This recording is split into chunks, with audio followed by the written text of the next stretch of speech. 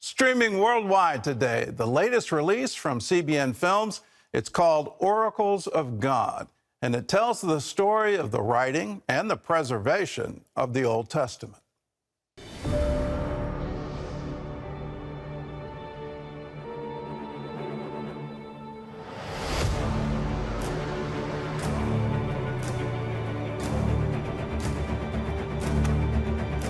What's this?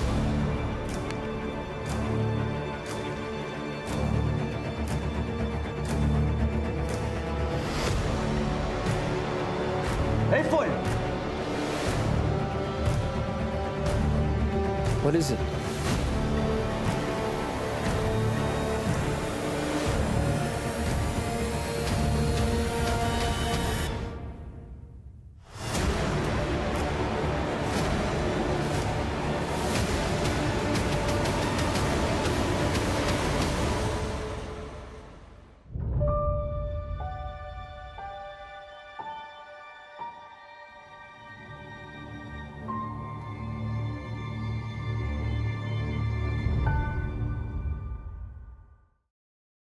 Well, joining us now is the writer, director, and creator of this wonderful film, Oracles of God, our four-time Emmy nominee, Erin Zimmerman. And Erin, welcome to the show. Thank you. It's always a pleasure. Okay, start us off. The movie begins and ends with the Dead Sea Scrolls. So you actually shot in the caves where they were discovered. How did you do that? Well, not in the caves. We shot around them. The great thing about shooting in 2021 was there were no tourists allowed in Israel anywhere, which is, I think, hasn't happened since the Middle Ages, since the Black Death. So we had, the whole land of Israel was our studio, basically. We got access that we never would have gotten. The National Park Service and the park at Qumran, they just gave us free rein. They let us fill one of their 2,000-year-old mikvot, the Jewish ritual baths, with water and put our actors in it. And we did all the exteriors in and around the caves. We scouted caves all over Israel, and we really wanted to shoot in a real one.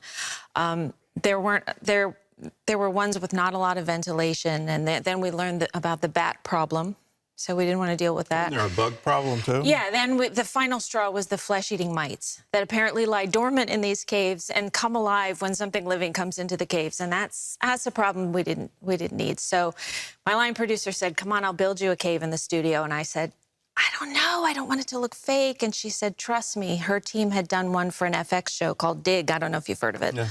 I'd never seen it, but she said they were amazing. They can do this. And so that was our solution, and it worked. So you survived flesh-eating mites for this film? No. We didn't. We chose not to survive that. There were other things to survive. Okay. You shot for In Our Hands, you shot on Ammunition Hill, a recreation of that battle. And on this one, you shot another battle, the recreation of a slaughter that happened in AD 70. Tell us about that. That's God's little joke. I don't watch war movies or slaughter movies, and yet I seem to direct them. This we also did at Qumran. We really wanted to pound in the idea of what these Jewish scribes gave to stay and copy these scrolls and to hide them in the caves. They knew the Romans were coming. They could have left, and they didn't. They put as many of these scrolls and hid them in the caves as they could, and they stayed till the last minute, and they were slaughtered. And Josephus has a really great line that I loved about them. They cheerfully gave up their souls, knowing that they would get them back again, which is, I think, a profound statement for Judaism. They don't have the same concept of heaven as we do, so I thought that was an amazing statement. But they also let us shoot all that at Qumran, but we had to go through a process. We shot in the village, which you're familiar with, and because it's ruins, of course, it doesn't have a roof, but we had some places where the walls were high enough so we could sort of fake that it was a room or a wall. And they didn't want us, quite rightly, they didn't want us to get the fake blood in the dirt. No. Leave that, because that would freak out the tourists later on. So we had to put layers and layers of tarp, and then we had to bring a truck and dump in more dirt over that. And so then we could kill the people and have the blood and all of that. Oh, that's a behind the scenes I didn't know about. Yeah, we couldn't leave our mark there, so to speak. So no blood left behind. No, I'm not going to say whether we did or did not leave any at Ammunition Hill. You did, I think. That's a story for another day, yes. On the stones. I saw fake blood being spilled in that one. On the stones, that was All right. It adds to the experience, the visitor experience. One of the things that struck me about the shoot at Qumran was just the absolute level of accuracy as they're writing the Bible and the effort that a scribe would go through. And just tell us about that. Well, what did they mean by focus? Well, this is very interesting because we talked to a scribe that's alive today, and I used to do a little bit of calligraphy every now and then, and I would always tell the people, if I'm doing a calligraphy job, get me 20 extra envelopes because I will mess up. And so I said to this calligrapher and to the scribe, how do you not mess up? Because they couldn't have more than 3 mistakes on any scroll, and you had to be able to fix those mistakes. And if you couldn't, you had to bury the scroll and start over.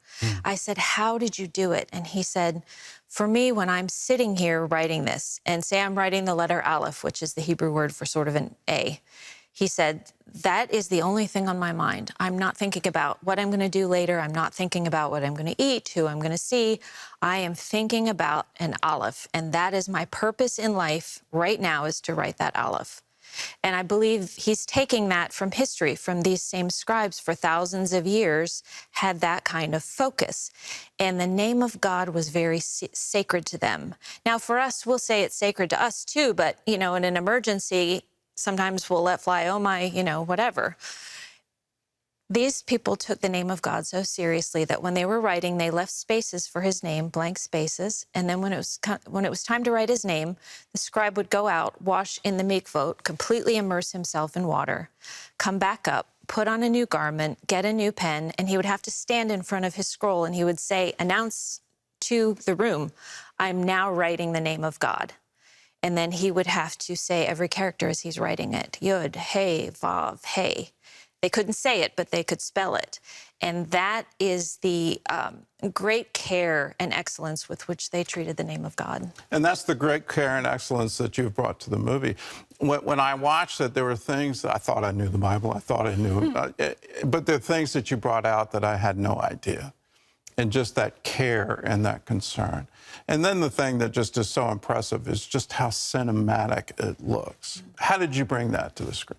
I hired really good people to bring that to the screen. This is the same team that shot and produced In Our Hands. And I've been working with them. That was our first production with them. I've been working with them for 7 years now, and we've traveled everywhere, to Jordan, to Egypt. So we're hooked into each other's heads now, especially, well, you know Haim, our cinematographer, and he takes my shot list and he internalizes it and he makes it better. For instance, I said in the script, okay, we need to kill this scribe. And he said, well, why don't we do it this way? And I'm not going to give it away, but why don't we do it in a way that ties it to the beginning scenes? So he adds everything I do, he'll make it a little bit better, you know? So we have a really great synergy. I cannot take credit for any of that. I have great lighting, cameras, special effects. They're all the top of their game.